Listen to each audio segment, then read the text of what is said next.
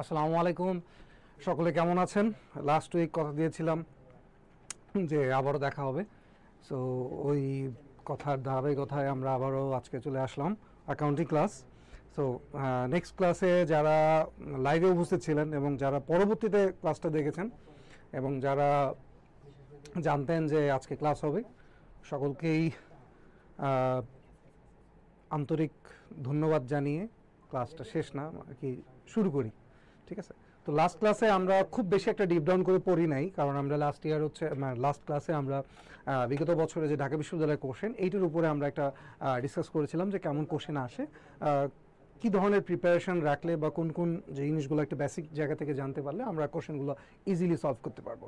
So আজকে আমাদের first chapter, but first চ্যাপ্টারে পড়ানোর আগে আমরা একটা অ্যানাউন্সমেন্ট আছে যে ক্লাসে উপস্থিত থেকে সর্বোচ্চ লাইক, কমেন্ট ও শেয়ার করে লটারির মাধ্যমে প্রতি ক্লাসে একজন জিতে নাও সেই বিষয়ের একটি বই। তার মানে আজকে হচ্ছে অ্যাকাউন্টিং ক্লাস।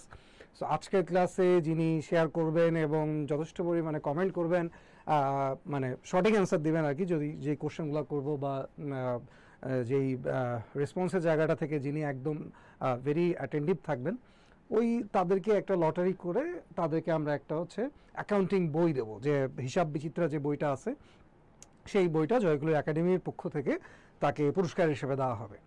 সো আমরা চলে যাই আজকের আমাদের ডিরেক্ট ক্লাসে। তার আগে আমাকে জাস্ট সকলে একটু করে কমেন্টে জানিয়ে দিও যে কে কোন জায়গা থেকে আমার এই অ্যাকাউন্টিং ক্লাসটা জয়কুলির একাডেমির পক্ষ থেকে যে ফ্রি ক্লাসটার আয়োজন করা হয়েছে, সো কে কোথায় থেকে এই ক্লাসটা দেখছো তোমরা একটু কমেন্টে আমাদেরকে একটু জানাই দিও। ঠিক আছে, একটু কমেন্ট করে জানাই দাও, আর একটু বলিও যে সাউন্ডটা ক্লিয়ার আছে কিনা, সাউন্ড, ছবি এগুলো সব একটু ঠিক আছে কিনা, এটা একটু আমাদেরকে একটু জানাই দিও। ঠিক আছে, সো আজকে আমরা যে টপিকটা নিয়ে আলোচনা করব প্রথম, সেটা হচ্ছে হিসাব বিজ্ঞানের পরিচিতি। দিস দ্য ফার্স্ট টপিক আমাদের অ্যাকাউন্টিংয়ের একদম বেসিক, যেটা আসলে যেটার উপর বেস করেই আসলে আমরা পরবর্তীতে অনেক অ্যাডভান্স কিছু শিখব। তো এই সর্বপ্রথম আমরা একটা জিনিস বোর্ডের মধ্যে লিখেছি যে অ্যাকাউন্টিং একটা ডেফিনেশন, যেটা কাইসুর ক্যামেল তার বইতে লিখেছেন, যে ডেফিনেশনটা কি, যে হিসাব বিজ্ঞান হচ্ছে একটি তথ্য ব্যবস্থা যা একটি ব্যবসায়ের প্রতিষ্ঠানের আর্থিক ঘটনাসমূহকে চিহ্নিতকরণ করে। এইখানে একটু নোট ডাউন করে রাখবেন যারা যারা ক্লাসগুলো করছেন। তোমাদের কাছে যদি বই থাকে তাহলে বই দেখতে পারেন, যদি কোনো কোচিংয়ের সহায়ক কোনো শিট থাকে সেটা দেখতে পারেন, আর যাদের কাছে বই শিট কোনো কিছুই নেই বা যাদের কাছে আছে তারা একটা খাতা ইউজ করবেন। ঠিক আছে, আমরা যে কথাগুলো বলি বা যেই শর্টকাট টেকনিকগুলো শিখাবো, যে বেসিকটা পড়াবো, এটা যেন একটু লিখে রাখেন, তাহলে হচ্ছে আফটার ক্লাস আপনি যখন সেকেন্ড টাইম আবার এটা দেখবেন, সো ওই সময় এটা আপনার ভালো মনে থাকবে এবং আপনি বুঝতে পারবেন যে আমি আসলে কি বুঝেছি। মানে হয় না, ক্লাস আমি একটা টানা 1 ঘন্টা নিয়ে গেলাম, আপনি হয়তো বা অনেক যেহেতু ভিডিওটা আছে চাইলে আপনি এটা পরেও দেখতে পারেন, তো ক্লাসে হয়তো বা কিছু জিনিস নাও বুঝতে পারেন, তো কোন জিনিসটা বুঝেন নাই বা আমি কি বলছি সেটা একটু লিখে রাখেন, পরে যখন আপনি সময় পাবেন তখন আবার এই ক্লাসটা দেখলে দেখবেন যে ব্যাপারটা ক্লিয়ার হয়ে গেছে। সো হিসাব বিজ্ঞান হচ্ছে একটি তথ্য ব্যবস্থা, এখানে আমরা একটু আন্ডারলাইন করতে যাচ্ছি বিকজ অফ এইটার উপর আমাদের অনেক ডিসকাশন আছে। এরপরে একটি ব্যবসায়ের আর্থিক ঘটনাসমূহকে, এটা খুব বেশি একটা ইম্পর্টেন্ট না, বাট এটা আমাদের বেসিক একটা জিনিস, যে আর্থিক ঘটনাসমূহকে চিহ্নিতকরণ, লিপিবদ্ধকরণ এবং সংশ্লিষ্ট ব্যবহারকারীদেরকে, ঠিক আছে, সংশ্লিষ্ট বলতে যারা এই তথ্যগুলো ব্যবহার করবে তাদের নিকটে আমরা এই আর্থিক তথ্যসমূহ আদান প্রদানের সাথে সংশ্লিষ্ট। অর্থাৎ আমরা ইন্টারমিডিয়েটে থাকতে অনেক অ্যাকাউন্টিংয়ের ডেফিনেশন পড়ছি, ওগুলার এখন আপাতত দরকার নেই। আমরা জাস্ট 3টা জিনিস মাথায় রাখবো, যে অ্যাকাউন্টিং হচ্ছে 3টা জিনিসের ভিতরে সীমাবদ্ধ আছে, সেটা কি, চিহ্নিতকরণ, লিপিবদ্ধকরণ এবং আর্থিক তথ্যসমূহ আদান প্রদান, এই 3টা জিনিসে আমাদের মেইন ফোকাস। আর আরেকটা কথা বলি, আজকের পর আপনারা যে কোচিংয়ে পড়ছেন বা যে যার কাছ থেকে গাইডলাইন নিচ্ছেন, আমাদের ফ্রি ক্লাসে যারা যারা সংযুক্ত আছেন, সবাইকে একটা কথা বলছি, যে আপনি যখন ঢাকা ইউনিভার্সিটি সহ আদার্স কোনো ইউনিভার্সিটির যখন অ্যাকাউন্টিং পার্টের যে কোনো কোশ্চেন সলভ করবেন, সবসময় একটা জিনিস মাথায় রাখবেন, যে কোশ্চেনটা করা হয়েছে কার পার্সপেক্টিভে, কোন ধরনের প্রতিষ্ঠানের পার্সপেক্টিভে, সেটা হচ্ছে কোনো একটা লিস্টেড কোম্পানি, প্রাইভেট অথবা পাবলিক যে কোনো হতে পারে, বাট সেটা অবশ্যই কি লিস্টেড হতে হবে, এবং ওই কোম্পানি আইনের যে 1994 সালে যে কোম্পানি আইন আছে, এই কোম্পানি আইনে গঠিত যে প্রতিষ্ঠানটা, সে আসলে অ্যাকাউন্টিংটাকে কিভাবে ইউজ করে, সে অ্যাকাউন্টিংটা কিভাবে অ্যাপ্লাই করে, তার কাছে আসলে অ্যাকাউন্টিংটা কি, যে কোনো কোশ্চেন এইটার উপর বেস করে আসবে। এক্সেপ্ট যখন এক মালিকানা বা অংশীদারি থেকে বা অব্যবসায়ী প্রতিষ্ঠান থেকে যখন প্রশ্ন আসবে, তখন ব্র্যাকেটে আপনাকে মেনশন করে দিবে যে এই জিনিসটা এক মালিকানা যদি হয় সেক্ষেত্রে এই জিনিসটা কি হবে, যদি অংশীদারি হয় তাহলে সেক্ষেত্রে কি হবে, আর অব্যবসায়ী প্রতিষ্ঠানের ক্ষেত্রে কি হবে। বাট নর্মালি যে কোশ্চেনগুলো থাকবে সব হচ্ছে ওই কি কোম্পানির জন্য, যেটা 1994 সালের যে কোম্পানি অ্যাক্ট, এই অ্যাক্টের আন্ডারে যে প্রতিষ্ঠানটা গঠিত হয় সেই প্রতিষ্ঠানের হিসাব নিকাশটা কিভাবে অ্যাকাউন্টিং সম্পাদন করে থাকে সেই জিনিসটার উপর বেস করেই কোশ্চেনগুলো হবে। সো এই যে এখানে বলছে একটি ব্যবসা প্রতিষ্ঠান, এই ব্যবসা প্রতিষ্ঠানটাই হলো সেই কি কোম্পানি, সেই ব্যবসা প্রতিষ্ঠানটা অবশ্যই কোম্পানি হতে হবে। ওই কোম্পানিতে দেখা যাচ্ছে প্রতিদিন প্রচুর ঘটনা ঘটে। ধরেন ওই যে কাউকে হায়ার করা হয়, কাউকে নিয়োগ দেওয়া হয়, কাউকে চাকরি থেকে বরখাস্ত করা হয়, পণ্য ক্রয় হয়, পণ্য বিক্রয় হয়, স্যালারি দেওয়া হয়, পণ্য চুরি হয়, মালিক অসুস্থ হয়ে যায়, ম্যানেজারের ছুটিতে চলে যায়, শ্রমিকরা আন্দোলন করে, অনেকগুলো ঘটনা ঘটে। এখন কথা হচ্ছে কোন ঘটনাগুলো অ্যাকাউন্টিং ডিপার্টমেন্ট তার কনসার্নে নিয়ে আসবে, যে কোন ঘটনাগুলোকে নিয়ে অ্যাকাউন্টিং বা যে অ্যাকাউন্টস যে আছে সে এটা নিয়ে মাথা ঘামাবে। সো ফার্স্টেই সে যে কাজটা করবে সেটা হচ্ছে ঘটনাটা আর্থিক নাকি ঘটনাটা অনার্থিক। যদি আর্থিক হয় তাহলে সেই ঘটনাকে সে পিক করবে, এবং পিক করার জিনিসটাকে আমরা বলতেছি কি চিহ্নিতকরণ। অ্যাকাউন্টিংয়ের ফার্স্ট যে কাজটা সেটা হচ্ছে প্রতিষ্ঠানে অনেকগুলো ঘটনার মধ্য থেকে যেই ঘটনাগুলো আর্থিক সেই ঘটনাগুলোকে সে নিয়ে আসবে, যেটা অনার্থিক বাট সেটা যদি অনেক ইম্পর্টেন্ট বিষয় হয়ে থাকে সে এটা পিক করবে না।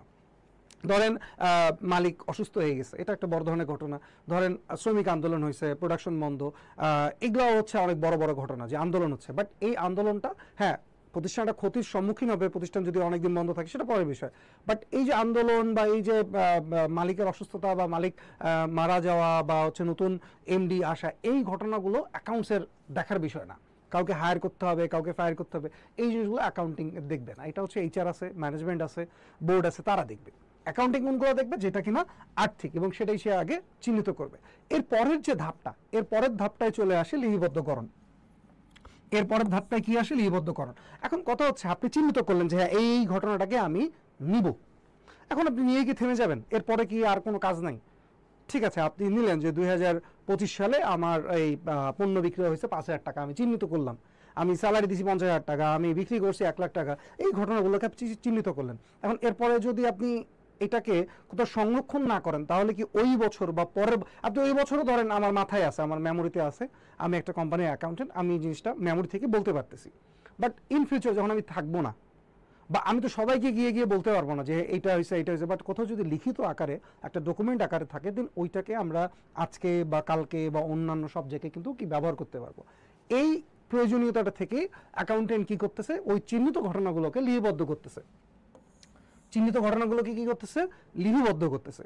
এই যে লিপিবদ্ধ করার একটা প্রসেস আছে, সেটা আমরা পরের স্লাইডে দেখব। বাট এই স্লাইডটাতে কি কি বলা আছে সেটা আমরা ব্রেকডাউন করছি। সো লিপিবদ্ধ করার পরে তার যখন ঘটনাটা লিপিবদ্ধ হয়ে গেল যে হ্যাঁ সারা মাসে বা সারা বছরে আমার total sales, total purchase, total profit, total tax, total VAT, এই যে আর্থিক ঘটনাগুলো সে টোটাল যখন লিপিবদ্ধ করবে, এরপর সে কি করবে, এরপর এই জিনিসগুলোকে সে কি এই আর্থিক তথ্যগুলোকে আদান প্রদান করবে।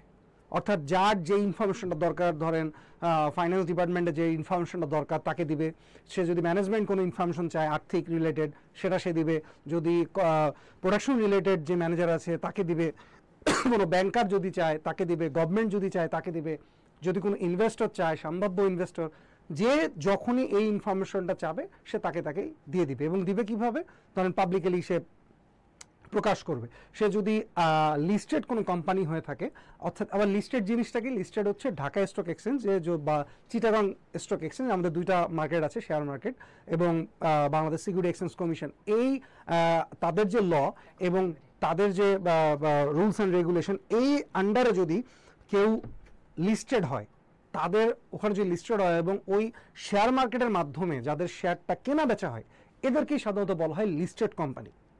আর যাদের শেয়ারটা এরকম পাবলিকলি কেনা বেচা হয় না, বাট নিজেদের ভিতরে, আত্মীয় স্বজনের ভিতরে শেয়ার বিক্রি টিক্রি হয়, তাদেরকে বলা হয় পাবলিক লিমিটেড কোম্পানি।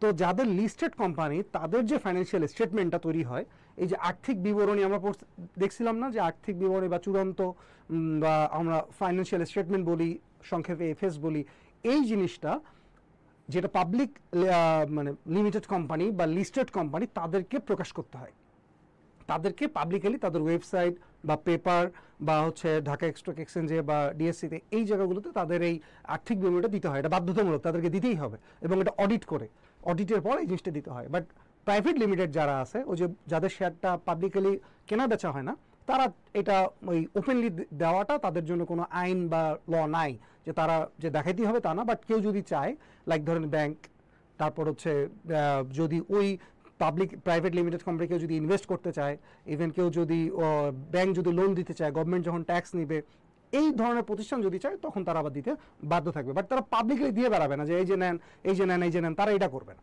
বাট যেটা পাবলিক লিমিটেড কোম্পানি তারা এটা অবশ্যই দিবে। সো এটা এটা এটা কি হয়, এখন আমরা যেটা বলতে যাচ্ছি যে সেটা এই আর্থিক তথ্যগুলো সে আদান প্রদান করবে। এই তিনটা জিনিসের ভিতরেই আমাদের টোটাল অ্যাকাউন্টিংটা লুকায় আছে। ঠিক এই তিনটা জিনিসের ভিতরে আমরা যত কিছু করি, আমরা অ্যাকাউন্টিংয়ে ইচ অ্যান্ড এভরি অধ্যায়ে যা পড়বো, যা কিছু শিখবো, সব কিছু না এই তিনটা কথার ভিতরেই আছে। চিহ্নিতকরণ, লিপিবদ্ধকরণ এবং আদান প্রদান, তথ্যসমূহ আদান প্রদান, এই তিনটা ওয়ার্ডের ভিতরেই জড়িত আছে। সো আমাদের কোশ্চেন যদি আসে, ঢাকা বিশ্ববিদ্যালয়ে যদি কোশ্চেন আসে যে অ্যাকাউন্টিং বলতে আসলে কি বুঝো বা হিসাব বিজ্ঞানটা কি, আমরা ওয়ান ওয়ার্ড অ্যান্সার দিতে পারি যে এটা একটা প্রক্রিয়া, এটা একটা হিসাব ব্যবস্থা, যেই প্রক্রিয়াটা শুরু হয় লেনদেন চিহ্নিতকরণের মাধ্যমে, মাঝখানে লিপিবদ্ধকরণ এবং সর্বশেষে হচ্ছে আর্থিক তথ্য আদান প্রদান। এই তিনটা ধাপেই অ্যাকাউন্টিং সম্পাদিত হয়, অ্যাকাউন্টিং তার ফুল প্রসেসটা সম্পাদন করে থাকে। আচ্ছা, এরপরে যদি আমরা যাই, আপনাদের যদি কারো কোনো কোশ্চেন থাকে তাহলে আপনারা কিন্তু হচ্ছে করতে পারেন। যদি কেউ যদি কোনো টপিকটা না বুঝতে পারেন, আমি যে কথাগুলো বলছি সে যদি না ক্যাচ করতে পারেন, তাহলে সেটা রিপিট করা বা সেটাকে আবার একটু আরও সহজ ভাষায় বোঝানোর জন্য সেটা আপনারা কমেন্টে আমাকে বলতে পারেন। তো এরপরে আমরা নেক্সট স্লাইডে চলে যাই। আশা করি এই স্লাইডটা আপনারা বুঝতে পারছেন। ইংলিশেও এই সেম জিনিসটাই কথা বলেছে যে accounting is an information system that identifies, record and communicates the economic event, ঠিক আছে? এই যে ইকোনমিক ইভেন্ট, ইংলিশে বলা হয় economic event of the organisation to the interested user. দেখেন ইংলিশে কি বলা হয়, ইন্টারেস্টেড, আর এখানে বলা হয় সংশ্লিষ্ট। বাংলা এবং ইংলিশে এই জায়গায় একটু পার্থক্য আছে। সংশ্লিষ্ট বলতে বুঝি আমরা রিলেটেড পার্টি যারা, ঠিক আছে? আসলে ইংলিশে যখন পড়ি তখন এটার একদম এক্স্যাক্টলি মিনিংটা আমরা বুঝতে পারি। The thing is interested user. ধরেন আমরা যখন এই তথ্যের ব্যবহার করে যখন পড়বো না, আজকেই পড়বো, তখন এই জিনিসটা মাথায় থাকে যেন যে আমি এটা বলছিলাম যে সংশ্লিষ্টর জায়গায় যদি আমরা আগ্রহী বা ইন্টারেস্টেড কথাটা উল্লেখ করি তাহলে এই জিনিসটা বেশি অ্যাপ্রোপ্রিয়েট হয়। এটা আমরা যখন ওই হিসাব বিজ্ঞান তথ্যের ব্যবহার করে যখন একটু পরের স্লাইডেই যাব তখন এই জিনিসটা আপনারা দেখবেন যে এই ইন্টারেস্টেড কথা বা আগ্রহী ব্যক্তি বলাটা বেশি অ্যাপ্রোপ্রিয়েট। আচ্ছা, আমরা নেক্সট স্লাইডে চলে যাই। এই যে এখানে দেখেন আমি এতক্ষণ আপনাদেরকে যা বললাম সেটা একদম সুন্দর করে আবার বড় করে বলা আছে যে হিসাব বিজ্ঞান হলো একটি তথ্য ব্যবস্থা এবং একটি ধারাবাহিক প্রক্রিয়া, একটা প্রসেস।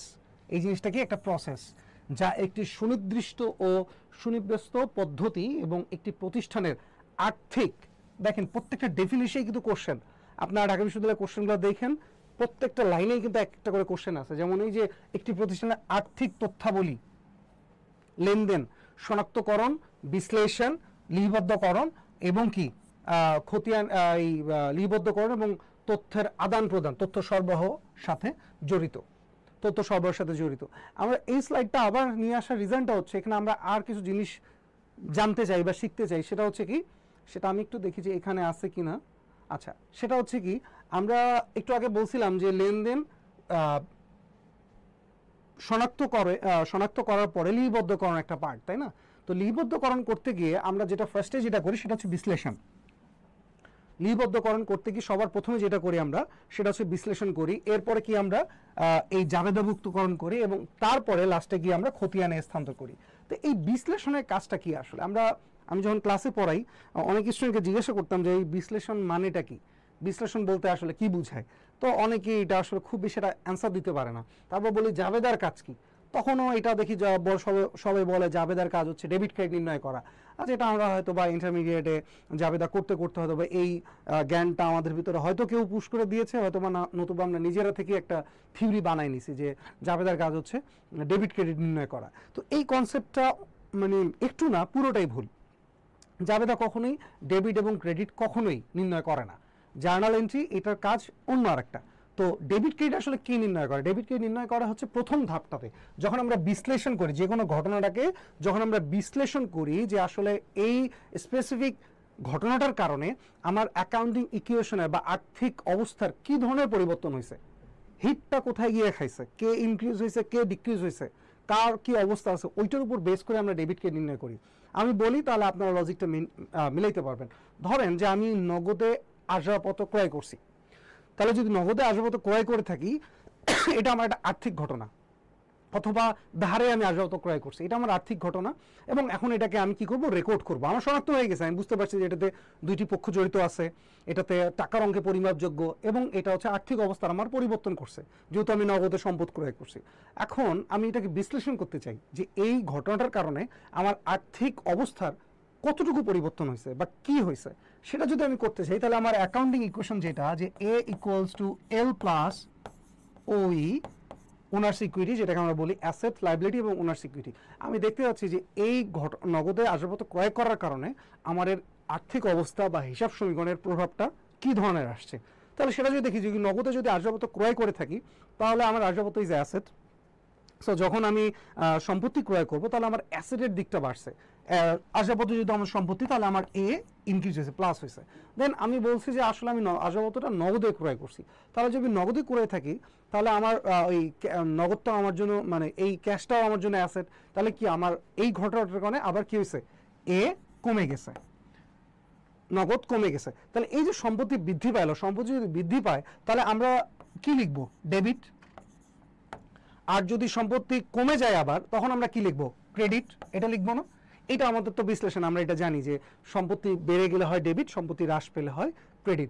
আবার ধরেন এই লেনদেনটাই আমি বাকিতে ক্রয় করছি, আসবাবপত্রটা আমি বাকিতে ক্রয় করছি, তাহলে বাকিতে যদি ক্রয় করে থাকি, তাহলে আমার লাইবিলিটি বাড়ছে, কারণ আমাকে কাউকে টাকা দিতে হবে ইন ফিউচারে। সো এই কারণে আমার কিছু লাইবিলিটিটা আমার ইনক্রিজ হয়েছে। তাহলে সেক্ষেত্রে কি হবে, এল প্লাস হবে, এল প্লাস হবে। দেখেন যদি এল প্লাস হয়, যদি আমার লাইবিলিটি বৃদ্ধি পায়, তখন কি হয়, তখন কি হয়, যদি আমার লাইবিলিটি বৃদ্ধি পায় তখন ক্রেডিট হয়ে যায়, লাইবিলিটি যদি বৃদ্ধি পায় তখন কি হয়, আবার ক্রেডিট হয়। দেখেন আমরা কিন্তু যখন বিশ্লেষণ করলাম, তখন আমরা এই ডেবিট ক্রেডিটটা নির্ণয় করলাম, আমরা যখন বিশ্লেষণ করলাম। এরপরে আমাদের কাজ হচ্ছে জাবেদা করা। আমরা বলছিলাম লিপিবদ্ধকরণের তিনটা ধাপ, প্রথমটা বিশ্লেষণ, এরপর একটা জাবেদাভুক্তকরণ। তো জাবেদার আসলে কাজটা কি, জাবেদার কাজটা কি, আজকে আপনারা একদম এই কনসেপ্টটা ক্লিয়ার হয়ে নেন। জাবেদার কাজ কখনোই ডেবিটকে নির্ণয় করা না। আমি ক্লাসে যখন পড়াই, আমি একটু আগেও বলেছিলাম, আবারও বলি যে এটা ম্যাক্সিমামে ভুল আনসার দেয়, যে জাবেদার কাজ হচ্ছে ডেবিটকে নির্ণয় করা।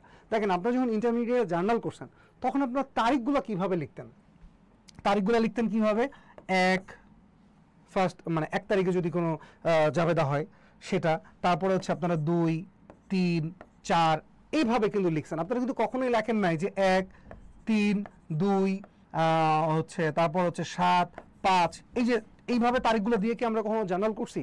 কখনোই করিনি। আমরা কি করছি, এই যে তারিখের একটা ক্রোনোলজিক্যালি সিস্টেমে কিন্তু আমরা এটাকে লিপিবদ্ধ করছি। ক্রোনোলজিক্যাল মানে কি, ক্রোনোলজিক্যাল মানে হচ্ছে ওই যে ক্রমানুসারে, 1, 2, 3, 4, 5, 6 এই যে ক্রমে যে আমরা জিনিসটাকে রেকর্ড করি, এটাকে বলা হয় ক্রোনোলজিক্যাল। এই যে ক্রোনোলজিক্যালি আমরা যে ইভেন্টগুলো যেদিন হচ্ছে, সেদিনের ঘটনাটা যে ওই দিনেই আমরা আমাদের রেকর্ড করতেছি, আমাদের হিসাব বইয়ে লিপিবদ্ধ করতেছি, এটাই হলো জার্নাল এন্ট্রি, এটাই হলো জাবেদা। তাহলে আজকের পর যদি আমরা কোথাও আসে বা কেউ যদি আমাদেরকে জিজ্ঞাসা করে যে জার্নালের কাজ কি, তাহলে কি আমরা বলতে পারবো না? দেখেন আমি কিন্তু আপনারা যা শিখে আসছেন সেটা দিয়ে আমি বুঝাইলাম যে জাবেদাটা কি। জাবেদার কাজ হচ্ছে তারিখের ক্রমানুসারে লেনদেন লিপিবদ্ধ করা, এটি হচ্ছে জার্নালের কাজ। সো ওই ডেবিট ক্রেডিট নির্ণয় করা জার্নালের কাজ না। এরপরে আমরা আসি খতিয়ান। তাহলে জাবেদা হয়ে গেল, এরপরে কাজকে আমার খতিয়ান জানা। এখন খতিয়ানের কাজটা কি, খতিয়ানের মানে কেন খতিয়ান আমরা দেব, বা খতিয়ানের আসলে রিজনটা কি, কেন খতিয়ান ইউজ করা হয়। দেখেন আপনি এই 1 তারিখে ধরেন যে পারচেস করছেন, এরপরে আবার আপনি 3 তারিখে পারচেস করছেন, এরপর আবার আপনি ধরেন ওই 7 তারিখে পারচেস করছেন, এরকম আপনি সারা মাসে অনেক পারচেস করছেন, এরপরে আপনি ধরেন সারা বছর ধরে অনেক পারচেস করছেন। এখন কেউ যদি ধরেন কোম্পানির মালিক বা কোম্পানির অন্য কোনো ডিপার্টমেন্টের কেউ যদি আপনি জিজ্ঞেস করে, ধরেন আপনি একজন অ্যাকাউন্টেন্ট, হঠাৎ করে যদি জিজ্ঞেস করে যে আপনি টোটাল পারচেস কত, আপনি সারা বছর টোটাল কতগুলো আপনি পারচেস করছেন, তখন আপনি অ্যান্সারটা কীভাবে দেবেন? আপনি সকল জাবেদাগুলো আবার পড়বেন, এই একদম জানুয়ারি থেকে ডিসেম্বর পর্যন্ত প্রত্যেকটা মাসে প্রত্যেকটা ডেটে যতগুলো পারচেস হয়েছে এগুলো কি আমরা আবার দেখে দেখে যোগ করে বলবো? না। এটা না করার জন্য আমরা যেটা করছি সেটা হচ্ছে এই যে সারা বছরের জাবেদার মধ্যে ঠিক যেটা যেটা ক্রয়ের সাথে রিলেটেড, মানে যেটা যেটা আমরা ক্রয় করছি সেই জাবেদাগুলোকে আমরা একটা টি ছক করে আমরা যতগুলা পারচেস করছি সব একদিকে নিয়ে টোটাল পারচেসটা বের করছি না? এই টি ছকটাকেই বলা হচ্ছে খতিয়ান বা লেজার। খতিয়ানের কাজ কি? খতিয়ানের কাজ হচ্ছে সমজাতীয় লেনদেনগুলোকে, দেখেন আপনারা যখন খতিয়ান করেন তখন ক্রয় হিসাবের নিচে কোথাও কি বিক্রয় হিসাবে আমরা কিছু লিখছি? কখনো কি ওই বেতনটা কি ক্রয়ের ভিতরে আসছে? কোনোদিনও আসে নাই। কেন আসে নাই? বিকজ অফ খতিয়ানের কাজই হচ্ছে সমজাতীয় লেনদেনগুলোকে একসাথে নিয়ে আসা, সমজাতীয় লেনদেনগুলোকে একসাথে এনে একটা যোগফল, এই যোগফলের ইনফরমেশনটা পরবর্তী কাজের জন্য ব্যবহার করা বা পরবর্তী যে এটা আগ্রহী ব্যক্তি তাকে দেয়া। বুঝতে পারছেন? আপনারা কি বুঝতে পারছেন আমি আমি কিভাবে মানে কি বলতে যাচ্ছি বা কি কতটুকু বোঝাচ্ছি? আপনাদের রেসপন্সটা একটু দেখতে পারলে ভালো হতো। এখন আপনারা কি সবাই আসলে ক্লাস করছেন নাকি হচ্ছে ক্রিকেট খেলা টেলা দেখতেছেন? আজকেও কি কারো কোনো খেলা টেলা আছে নাকি? বাংলাদেশ শ্রীলঙ্কা এটা ওটা? আচ্ছা, এমডি ইয়ামিন বলছেন না, কি বুঝতেছেন না নাকি বুঝতেছেন কোনটা? ও খেলা নাই এটা বলছে। আচ্ছা ঠিক আছে, গুড। তাহলে আপনারা ক্লাসে কনসেন্ট্রেট করেন, বুঝলে বলবেন, না বুঝলেও বলবেন। তো কোথায় ছিলাম? বলছিলাম যে খতিয়ানের কাজ হচ্ছে কি সমজাতীয় যে লেনদেনগুলোকে এগুলোকে এক জায়গায় নিয়ে আসা হচ্ছে খতিয়ানের কাজ। সো এরপরে যে কাজটা হচ্ছে দেখেন, এরপরে আমাদের যখন খতিয়ানভুক্ত হয়ে যাচ্ছে এরপরে কিন্তু কাজ হচ্ছে আমাদের ডিরেক্টলি চলে যায় এই আর্থিক তথ্য আদান সরবরাহ করা, যার প্রধান উদ্দেশ্য যাতে তারা সিদ্ধান্ত গ্রহণ করতে পারে।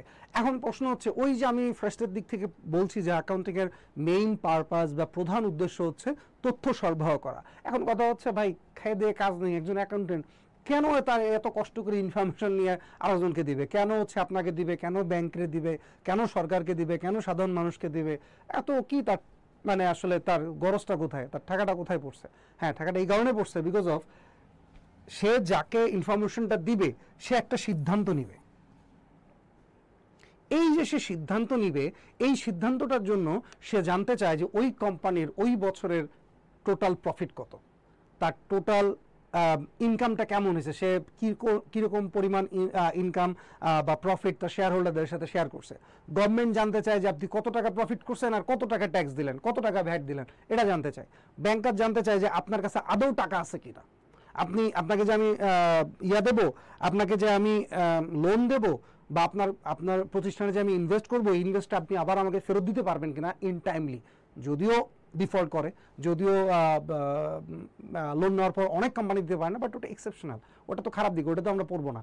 বাট আমরা এতটুকু জানি যে ব্যাংক ফাইন্যান্সিয়াল স্টেটমেন্টটা অ্যানালাইসিস করে, খুব ভালোভাবে অ্যানালাইসিস করে, দেন তারপর তারা যখন দেখে না তার সব কিছু ভালো, তার ভবিষ্যৎ ভালো, সেই টাকা ফেরত দিতে পারবে, এইরকম পারপাসেই হচ্ছে ব্যাংক লোনটা স্যাংশন করে। সো বেসিক্যালি এই সিদ্ধান্ত তারা যাতে নিতে পারে, এটার কারণে একজন অ্যাকাউন্টেন্ট এই এত কষ্ট সারা বছর করে। ইভেন শুধুমাত্র এই বাইরের লোকজনকে যে দিবে তা না, ফাইন্যান্স জানতে চায় যে আমার কতটুকু প্রফিট হয়েছে, কত টাকা আমার কাছে আছে, ইন ফিউচারে আমি কোন কোন প্রজেক্টে ইনভেস্ট করতে পারবো। এইচআর জানতে চায় যে আমি আরও কতজন লোকজন হায়ার করতে পারবো, আমার কাছে যে আমার যে প্রফিট হয়েছে সেই অনুযায়ী আমার এনাফ লোক আছে কিনা, বা আমি যে নতুন প্রজেক্টের জন্য নতুন কিছু লোক আনতে যাচ্ছি সেক্ষেত্রে আমার ব্যবসার অবস্থা কেমন। প্রোডাকশন ম্যানেজার জানতে চায় যে আমি আদৌ আমার যে টোটাল, আমি তো প্রোডাকশন করেই গেছি, আমি তো সেলস জানি না, সো বছর শেষে আমাকে সেলস রিপোর্টটা দেন, তাহলে আমি বুঝবো যে নেক্সট ইয়ার আমি কতটুকু প্রোডাকশন বাড়াবো। So each and every one এই জায়গাটা স্টাক হয়ে থাকে সিদ্ধান্ত গ্রহণ।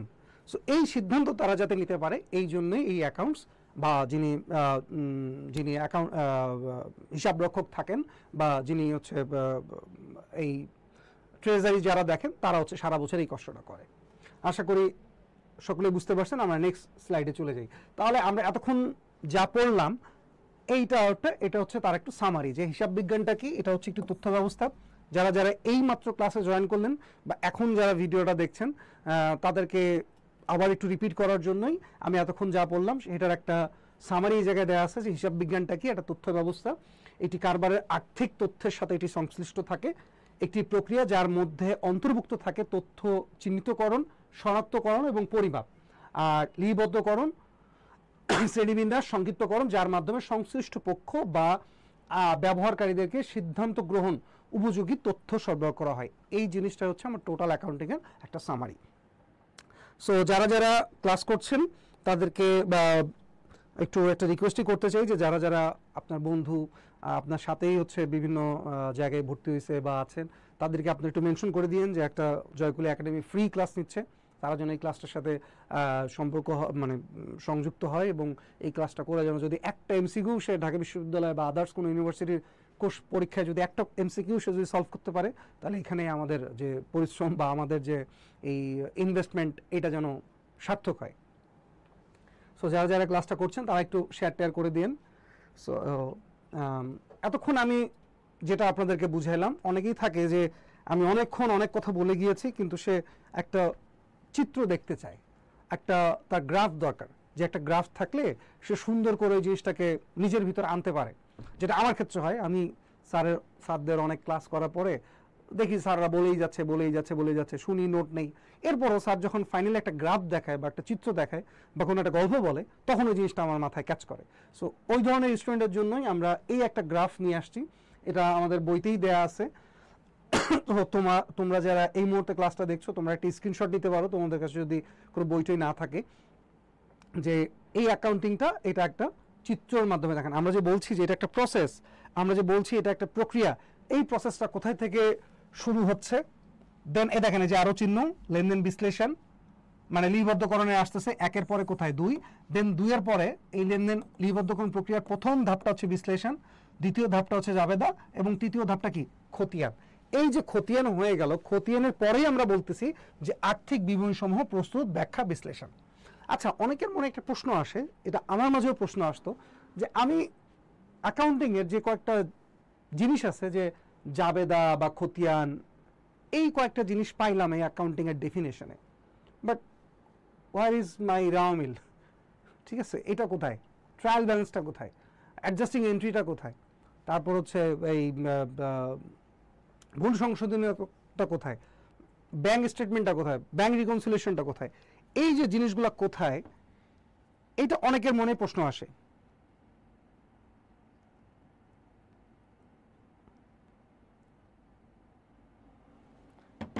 আসে কি আসে না বলেন তো? অনেকের মনে প্রশ্ন আসে না যে অ্যাকাউন্টিং ডেফিনেশনে আমরা জাবেদার নামটা পাই, খতিয়ানের নামটা পাই, তাহলে বাকিগুলো গেল কোথায়? তাহলে বাকিগুলো গেল কোথায়? অনেকের মনে প্রশ্ন আসে। কেউ কি আজ পর্যন্ত কোনো স্যারকে বলতে পারছেন যে স্যার এই বাকি জিনিসগুলো কই? অ্যাকাউন্টিং ডেফিনেশনে এই দুটো আছে, যদি না থাকতো একটাও থাকতো না, যে জাবেদাও নেই, খতিয়ানও নাই। কিন্তু মানে এই দুটো কে এমন স্পেশাল যে আপনি এই দুটাকে নিছেন, বাকিগুলোকে নেন নাই? এটা এই ধরনের কোশ্চেন মানে কখনো করছিলেন কারো কোনো স্যারকে? আর যদি কেউ করেও থাকেন, অ্যান্সার কি পাইছিলেন? তো কমেন্টে বলেন তো যে আসলে আপনারা এই ধরনের কোশ্চেন ক্লাসে স্যারদেরকে করতে পারেন কি পারেন না, বা যারা আপনাদেরকে শেখায় তারা তারা এই ধরনের কোশ্চেনের আমার মনে হয় সম্মুখীন হয়েছে কি হয় নাই। আচ্ছা, যাই হোক, আপনারাও আমাকে মনে হয় না কেউ করবেন এই কোশ্চেনটা, বাট তারপর আমি অ্যান্সারটা আপনাকে দিয়ে দিই। জাবেদ এবং খতিয়ানের নামটা কেন এই ডেফিনেশনে আছে, আর আদার্স কোনো আইটেমের নাম কেন হচ্ছে এই ডেফিনেশনটাই নাই, তাহলে বাকিরা কোথায়? তাহলে বাকিরা কি অ্যাকাউন্টিং ডেফিনেশনের ভিতরে পড়ে না? অবশ্যই পড়ে। বাকিরা কোথায় গেছে? বাকিরা গেছে হচ্ছে আমার ইয়াতে, বাকিরা সবগুলো আছে এই আর্থিক বিবরণী প্রস্তুত সমূহ, বিশ্লেষণ ও ব্যাখ্যা প্রদান, এই জায়গার ভিতরে আছে। দ্য থিঙ্ক ইজ, দেখেন অ্যাকাউন্টিংয়ের প্রসেসটাকে, অ্যাকাউন্টিংয়ের প্রসেস হচ্ছে প্রথমে শনাক্ত, এরপরে কি লিপিবদ্ধকরণ, এরপরে মানে তথ্য প্রদান। এখন চিন্তা করেন, আমরা ওই যে যারা আইসিটি পড়ে আসছেন তারা আপনারা একটা ডেফিনেশন খুব মনে হয় ভালো করে পড়ছেন, যে একজন কোশ্চেন করছেন, স্যার আমরা কি পরীক্ষার আগে সব অধ্যায় থেকে ধারণা পাবো? অবশ্যই পাবেন। আপনাদের ক্লাস রেগুলার হবে, প্রতি উইকেই হবে। অ্যাকাউন্টিং হবে, ম্যানেজমেন্ট হবে, ফাইন্যান্স মার্কেটিং হয়তো বা কিছুটা কম হবে যেহেতু ওটা সিলেবাসটা কম। সো তারপর বাংলা ইংলিশ তো প্রত্যেকটাই প্রতিদিন রেগুলার হচ্ছে। সো পাবেন, ফ্রি ক্লাসই থাকবে, কোনো পেইড কোর্স না। এমন না যে 6টা ক্লাস নেওয়ার পরে বলবো হ্যাঁ এখন টাকা দেন তারপরে নেই, না একদমই না। জয়গুলি আপনার জন্য ফ্রি ক্লাসের আয়োজন করছে এবং এটা আজকে না, গত লাস্ট 3-4 বছর থেকে আমরা এইভাবেই ফ্রি ক্লাস নিয়ে যাচ্ছি। সো যেটা বলতে চাচ্ছিলাম যে বাকিগুলো আসলে কোথায়। সো আপনি যদি ডেফিনেশনটা খেয়াল করে দেখেন, ফার্স্টে হচ্ছে আমরা শনাক্ত করছি এবং পরে লিপিবদ্ধ করছি বা রেকর্ড করছি। এই রেকর্ড প্রসেসিংয়ের পরে জিনিসটা কমিউনিকেশনে চলে যায়। কেন চলে যায়? তার কারণ যে বললাম, একটু আগে বলতে চাচ্ছিলাম যে আইসিটি যখন পড়ছেন তখন আপনি ডেটা এবং ইনফরমেশনের ভিতরে একটা ডিফারেন্স পাইছিলেন, যে ডেটাটা কি, যে স্ক্যাটার্ডভাবে থাকে, যে আসলে ডেটাটা মানে আপনি যদি কোনো একটা ছোট ডেটা নেন, কোনো বিক্ষিপ্তভাবে যদি কোনো ডেটা নেন, তাহলে ওই ডেটা দিয়ে আসলে খুব বড় ধরনের কোনো সিদ্ধান্ত নেওয়া যায় না। আপনি সবগুলো ডেটা যখন একসাথে আসে তখন সেটাকে ইনফরমেশন বলে, তাই না? এই জিনিসটা তো অবশ্যই আপনারা আইসিটিতে পড়ছেন। তো যখন আপনি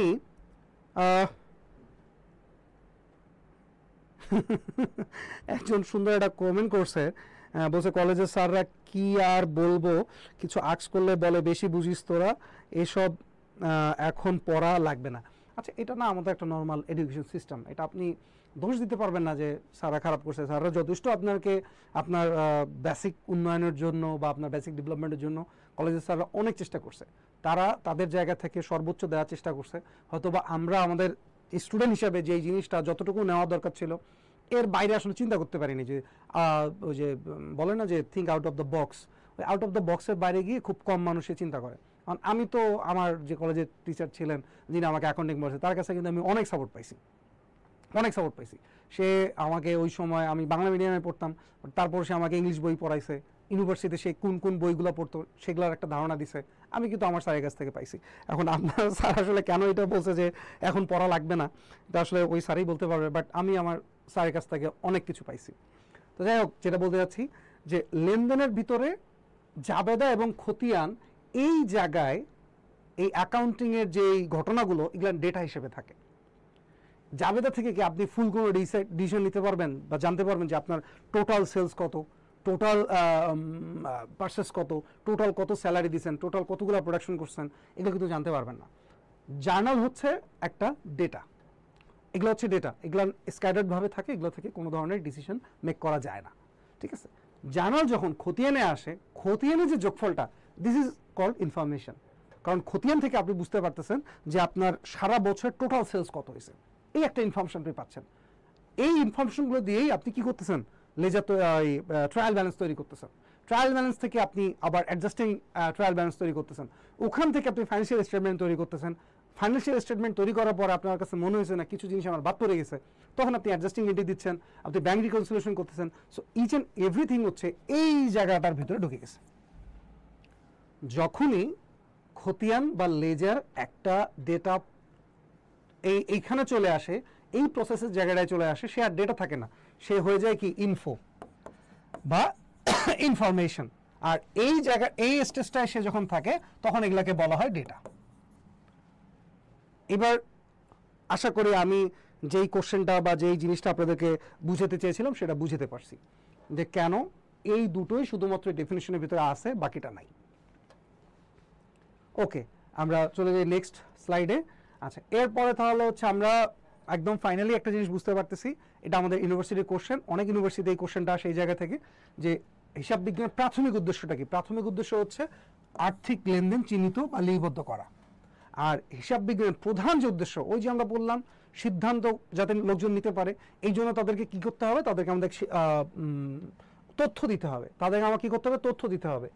এই যে তথ্য সরবরাহ করাটা, এটা হচ্ছে হিসাব বিজ্ঞানের বা মডার্ন অ্যাকাউন্টিংয়ের প্রধান উদ্দেশ্য, যেটাকে আমরা একদম মেইন যে পারপাসটা সেটা হচ্ছে এই ইনফরমেশন সাপ্লাই করা। এটি হচ্ছে অ্যাকাউন্টিংয়ের বা মডার্ন অ্যাকাউন্টিংয়ের প্রধান উদ্দেশ্য।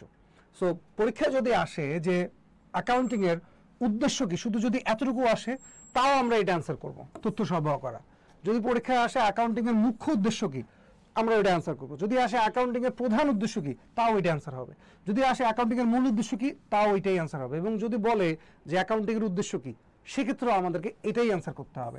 তার মানে ইচ অ্যান্ড এভরি সিচুয়েশনে আমরা একটা জিনিসই পিক করব, সেটা হচ্ছে কি, তথ্য সরবরাহ করা। শুধুমাত্র একটা জায়গায় আমরা এটা অ্যান্সার করবো না। যদি এক্সামে আসে অ্যাকাউন্টিংয়ের প্রাথমিক উদ্দেশ্য কি, যদি এইটা প্রশ্নে আসে তখন আমরা পিক করব হচ্ছে লেনদেন চিহ্নিতকরণ ও লিপিবদ্ধকরণ। এইটাই হচ্ছে আমাদের কি প্রাথমিক উদ্দেশ্য। ধরেন যেমন আজকে আচ্ছা আপনারা আমাকে যে কোশ্চেনগুলো করেন যে সারা বছরে একই সাথে এমনিতে ভর্তি পরীক্ষা সেটা কতদিন আছে বাকি আছে, এই কোশ্চেনগুলো না করবেন না। এগুলো আমার ক্লাসের সাথে রিলেটেড না। আমার অ্যাকাউন্টিং থেকে কোশ্চেন করবেন, আমি অ্যান্সার দেবো। এগুলো মানে যারা হচ্ছে এই কি বলবেন এটা জয়কুলের পেজে মেসেজ করবেন, তারা এগুলো নিয়ে তাদের কাছে ইনফরমেশন থাকে সবসময় আপ টু ডেট, প্রত্যেকটা ইউনিভার্সিটির কোথায় কি হচ্ছে না হচ্ছে তারা হচ্ছে এটার মধ্যে আপডেটেড। সো আপনারা ক্লাসের মাঝে এই কোশ্চেনগুলো না করে আপনারা ডাইরেক্ট হচ্ছে পেজটা স্ক্রল করবেন। তাদের পেজে সবসময় প্রত্যেকটা ইউনিভার্সিটির একদম ঢাকা ইউনিভার্সিটি শুরু করে আল্লাহর দোয়া বাংলাদেশের যতগুলো ইউনিভার্সিটি আছে সবগুলো ইউনিভার্সিটির ধরেন জয়কুলের লোকজন যায় বসে থাকে, কখন কোন সার্কুলার হয়, কখন কোনটা কি হয়, সব আপডেট ইনফরমেশন তারা পেজে দিয়ে দেয়। সো ওই পেজগুলো ফলো করবেন, ঠিক আছে? এই যে তথ্য সরবরাহ, এই যে এই ধরনের অ্যাকাউন্টিং রিলেটেড কথাবার্তা বলেন, বুঝছেন? আচ্ছা, চাঁদের আলো মন খারাপ করেন না, আপনারে আমি ভালোর জন্য বললাম, এই ইনফরমেশনটা আমার কাছে নাই, এটা আপনি আমরা জিজ্ঞেসও করেন না। আপনি অ্যাকাউন্টিং রিলেটেড যা কিছু বলার আছে আমরা জিজ্ঞেস করেন। আচ্ছা, এরপরে তাহলে কি আমরা এটা থেকে নেক্সট স্লাইডে চলে যাই। আচ্ছা, এখানে আমরা অ্যাকাউন্টিং এর ব্রাঞ্চেস অফ অ্যাকাউন্টিং এইটা নিয়ে একটু আলোচনা করতে চাই, ঠিক আছে? যে অ্যাকাউন্টিং বলতে আসলে শুধু অ্যাকাউন্টিং না, এটার ভিতরে আরও অনেক কিছু আছে, আরও অনেক ধরনের অ্যাকাউন্টিং আছে। তবে একটা মজার বিষয় দেখেন, নাম দিছে অ্যাকাউন্টিং, তাই না?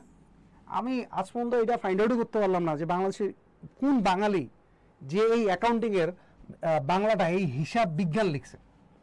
মানে চিন্তা করেন, ম্যানেজমেন্টের তো ব্যবস্থাপনা বিজ্ঞান না, মার্কেটিংয়ের ইংলিশও দেখেন, বাংলাও দেখেন, এই কি বিজ্ঞান টিজ্ঞান কিছু নাই, কিন্তু এই অ্যাকাউন্টিংয়ের পিছনে কেন জানি বিজ্ঞান কথাটা লিখে দিছে।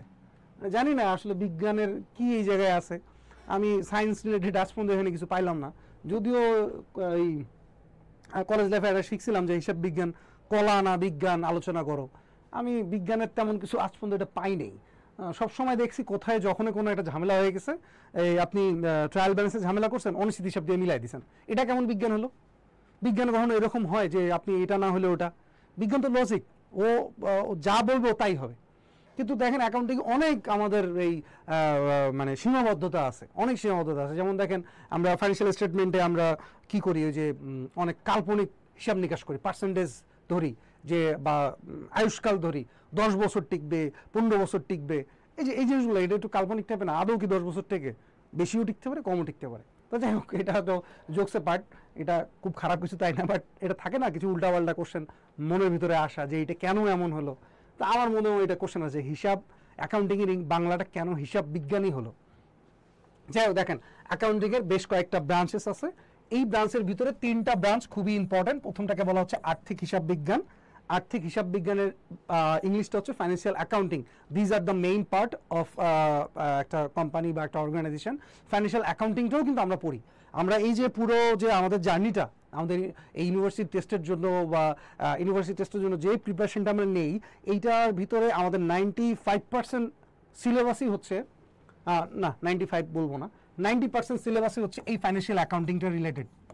90% সিলেবাসটা হচ্ছে এই ফাইন্যান্সিয়াল অ্যাকাউন্টিং বা আর্থিক হিসাব বিজ্ঞান রিলেটেড, এইটা হচ্ছে রিলেটেড। দেন পরেরটা হচ্ছে বলা হচ্ছে ম্যানেজারিয়াল অ্যাকাউন্টিং, যেটাকে বলা হয় ব্যবস্থাপকীয় হিসাব বিজ্ঞান।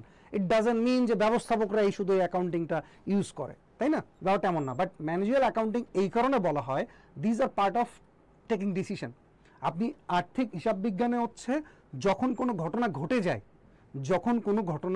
ঘটে যায়, সেই ঘটনাটাকে রেকর্ড বা বিশ্লেষণ যা কিছু আছে এই পার্টটা করে হচ্ছে ফাইন্যান্সিয়াল অ্যাকাউন্টিং। তার ম্যানেজারিয়াল অ্যাকাউন্টিং কি করে? ম্যানেজারিয়াল অ্যাকাউন্টিং করে হচ্ছে একটু অ্যানালাইসিস টাইপের, লাইক আমরা সিপিবি অ্যানালাইসিস করি, কস্ট ভলিউম প্রফিট অ্যানালাইসিস করি, আমরা সেন্সিটিভিটি অ্যানালাইসিস করি। এই যে অ্যানালাইসিসগুলো, these are the part of managerial accounting.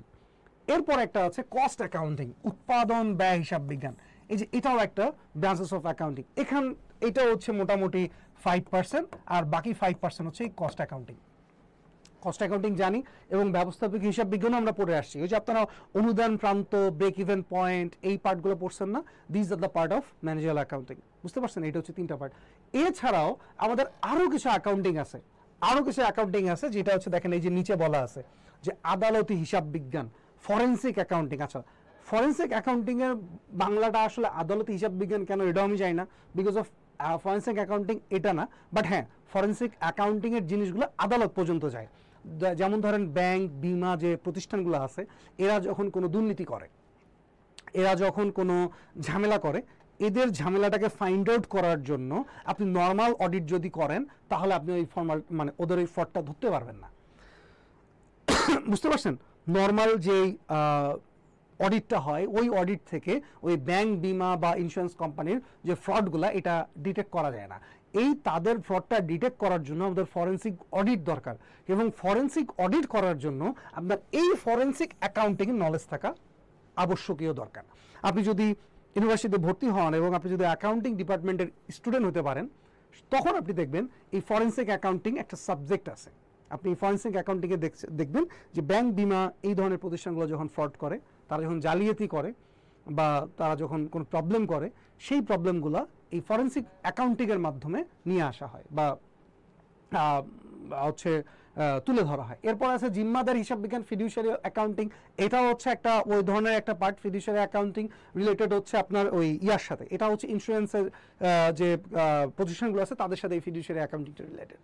এরপরে আছে ফান্ড অ্যাকাউন্টিং, যেটাকে আমরা অব্যবসায়ী প্রতিষ্ঠান বলি। ফান্ড অ্যাকাউন্টিংটা কারা ইউজ করে? এই বাংলাদেশে দেখবেন অনেক প্রতিষ্ঠান আছে, যেমন ওই যে ICDDR আছে একটা, কলেরা ওই গবেষণা কেন্দ্র, ওই যে কোনো ধরনের গবেষণা কেন্দ্রগুলো যারা অ্যানালাইসিস করে, যারা অনেক বিদেশি ফান্ড নিয়ে চলে, সো তারা যে অ্যাকাউন্ট তাদের তো ওই রেভিনিউ নাই, তাদেরকে রেভিনিউ আছে। যারা ফান্ড ধরেন বিদেশ থেকে এনে কাজ করে, দাতব্য প্রতিষ্ঠান, অব্যবসায়ী প্রতিষ্ঠান, ওদের কি মানে রেভিনিউ আছে? ধরেন মসজিদ, বিভিন্ন মাদ্রাসা বা ধর্মীয় যে প্রতিষ্ঠানগুলো, এদের কি কোনো রেভিনিউ আছে? তারা কি কোনো প্রোডাক্ট সেল করে? না। তাহলে তাদের জন্য অ্যাকাউন্টিং কি হবে? তারা কিভাবে হিসাব নিকাশ করবে? তাদের হিসাব নিকাশের জন্য এই ফান্ড অ্যাকাউন্টিং, যেটা এই দেখেন পাশে লেখা আছে অব্যবসায়ী প্রতিষ্ঠানের জন্য, এই অ্যাকাউন্টিংটা দরকার। এরপরে বলা হচ্ছে ইন্টারন্যাশনাল অ্যাকাউন্টিং, আন্তর্জাতিক হিসাব বিজ্ঞান। এটা কখন দরকার হয়? যখন আমরা আমাদের দেশ থেকে যখন বিদেশি কোনো প্রতিষ্ঠানের সাথে যখন আমরা ব্যবসা করি, যখন তাদের সাথে আমরা সম্পর্ক স্থাপন করি, তাদের নলেজ আমাদের নলেজ যাতে এক হয়ে যায়, তারা যে এটাকে মেনটেন করে আমরাও যেন ওইটাকেই মেনটেন করি, এই নলেজগুলো আপনাকে ইন্টারন্যাশনাল অ্যাকাউন্টিং আপনাদেরকে দিবে। ঠিক আছে? আবার আপনারা ভাবেন না যে লোকাল অ্যাকাউন্টিংও আছে, আমরা যেটা বলি সেটাও international accounting. But the thing is, বাংলাদেশের পার্সপেক্টিভে কিছু জিনিস একটু বাংলাদেশের মতো হয়ে যায়। আমরা হয়তোবা কিছু মানি না, হয়তোবা আমাদেরকে ধরার কেউ নাই, বাট বাইরের দেশে তো আপনি আমি সকলেই জানি যে যে লোকটা বাংলাদেশে বাঁকা থাকে সেই লোকটাও বিদেশে গিয়ে সোজা হয়ে যায়। যে লোকটাও যার নিজের ঘরেও ময়লা করে, সেই লোকটা যখন বিদেশে চলে যায় ওই লোকটাই আবার রাস্তাতেও ময়লা ফেলে না। সো এইরকম একটা কিছু ব্যাপার স্যাপার। সো লোকাল অ্যাকাউন্টিং বলতে আসলে তেমন কিছু নাই। আমরা ওই ইন্টারন্যাশনাল অ্যাকাউন্টিং, ইন্টারন্যাশনাল যে IFRS বা IS, ওইটাও আমরা মেনটেন করি। বাট এরপরও এই ইন্টারন্যাশনাল অ্যাকাউন্টিং এটা একটা আলাদা সাবজেক্ট। এই সাবজেক্টের মাধ্যমে ওই বড় বড় জিনিসগুলোকে সমাধান করা হয়। এরপরে আছে অ্যাকাউন্টিং ইনফরমেশন সিস্টেম, যেটাকে বলে আমরা AIS। এটা অনেক ডিপার্টমেন্ট আছে, ঢাকা বিশ্ববিদ্যালয় অ্যাকাউন্টিং ডিপার্টমেন্টকেও AIS বলা হয়। আদার্স অনেক ইউনিভার্সিটি ডিপার্টমেন্টকে এখন AIS বলা হয়। এটা হচ্ছে মডার্ন অ্যাকাউন্টিং, যে ইনফরমেশন সিস্টেম। এই যে এতক্ষণ আমরা বলছিলাম যে ইনফরমেশন দেওয়া, সো আগে তো কি ছিল যে হাতে কলমে লিখে রাখা, রেজিস্টার বই লেখা, এখন কিন্তু এগুলো না, এখন ERP চলে আসছে। এখন যে কোনো প্রতিষ্ঠানে যান তাদের ERP আছে। সো ERPতে এই ডেটাগুলো হচ্ছে আপডেট করতে হয়, এখান থেকে ডাউনলোড করতে হয়। এই যে ওভারঅল এই জিনিসগুলোই হচ্ছে এই AIS এর পার্ট। ঠিক আছে? এখানে সফটওয়্যার রিলেটেড আপনার নলেজ থাকতে হবে, ICT রিলেটেড অনেক নলেজ থাকতে হবে। এইটা হচ্ছে অ্যাকাউন্টিংয়ের এই AIS এর পার্ট। এরপর আছে হিউম্যান রিসোর্স অ্যাকাউন্টিং, মানব সম্পদ হিসাব বিজ্ঞান। দেন এরপরে আছে হচ্ছে সোশ্যাল অ্যাকাউন্টিং, এটা হচ্ছে ওই সামাজিক হিসাব বিজ্ঞান। দেখেন, আর অ্যাকাউন্টিংয়ের কিছু শাখা আছে, সেই শাখাগুলোকে কি, একটা হচ্ছে অডিট করে। যে ওই যে আমরা বললাম যে অডিট মানে কি ভাই? আচ্ছা, অডিট মানে হচ্ছে আপনাকে এক্সামিন করে দেখা যে আপনি আসলে যা বলছেন এটা আসলে আপনি সত্যি বলছেন কিনা, এটা আপনি ঠিক বলছেন কিনা। ঠিক আছে? এই অডিট ছাড়া কোনো ফাইন্যান্সিয়াল স্টেটমেন্ট কখনোই প্রিপেয়ার বা পাবলিকলি আসে না। সেটা লিস্টেড এবং নন লিস্টেড কোম্পানি দুটার জন্যই দরকার, আপনাকে অডিট করাইতে হবে। অডিট এই ফাইন্যান্সিয়াল স্টেটমেন্ট ছাড়া আপনার এই জিনিসটাকে বিশ্বাস করবে না।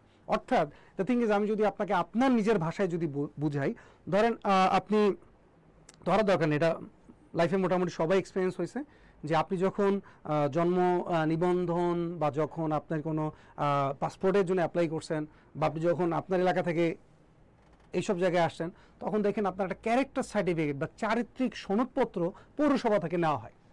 আপনার যে স্থানীয় যে পৌরসভা বা সিটি কর্পোরেশন ওইখান থেকে একটা চারিত্রিক সনদপত্র নেওয়া হয়। এর মানে কি? এর মানে কি ওই সনদপত্র দেওয়ার আগ পর্যন্ত কি আপনার চরিত্র খারাপ ছিল? ব্যাপারটা তা না।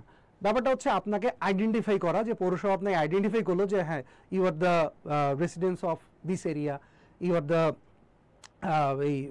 ওই এলাকায় আপনি থাকেন, এই জিনিসটাকে আপনাকে আইডেন্টিফাই করার জন্য ওই চারিত্রিক সনদপত্র বা ভোটার আইডি কার্ড তো হচ্ছে আপনি বাংলাদেশের নাগরিক, কিন্তু ওই পৌরসভা বা ওই জায়গা থেকে আসেন কিনা এটা একজন থার্ড পার্টি, পৌরসভা একজন থার্ড পার্টি আপনাকে রিকগনাইজ করে।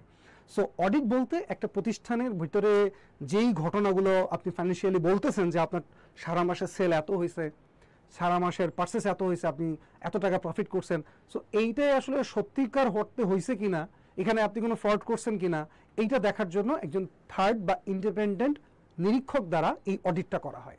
যখন এই অডিটর সাইন করে তখনই এই তার ফাইন্যান্সিয়াল স্টেটমেন্টটা প্রকাশ করা হয়। বুঝতে পারছেন? এটা আমি আপনাকে আপনার নিজের ভাষার মতো করে পড়াইলাম, বাট আপনি যদি অডিট ডেফিনেশন পড়েন ওইটা একটু অন্যরকম।